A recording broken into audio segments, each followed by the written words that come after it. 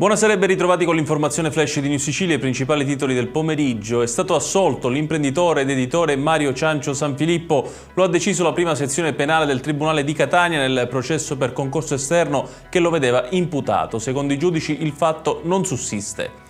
La regione siciliana avrebbe dovuto spalmare il disavanzo in 3 anni e non in 10. A stabilirlo è una sentenza della Corte Costituzionale che ha dato ragione alla Corte dei Conti, che aveva sollevato la questione nell'ambito della parifica del rendiconto per il 2020 e il 2021.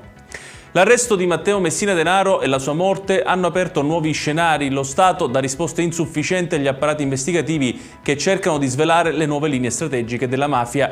Questo è il giudizio che il presidente della Corte d'Appello di Palermo, Matteo Frasca, presenterà domani per l'inaugurazione dell'anno giudiziario. A Palermo un avvocato è stato aggredito da 4 ragazzi mentre tornava a casa. L'uomo è stato preso a bastonate da una baby gang, fortunatamente senza gravi conseguenze. E chiudiamo con il meteo, ancora sole e nubi sparse nella giornata di domani su tutto il territorio regionale. Le temperature resteranno in linea con quelle dei giorni scorsi. Ed è tutto per questa edizione, tutti i dettagli su queste notizie li potete trovare sul nostro sito www.newsicilia.it. Grazie per averci seguiti, arrivederci.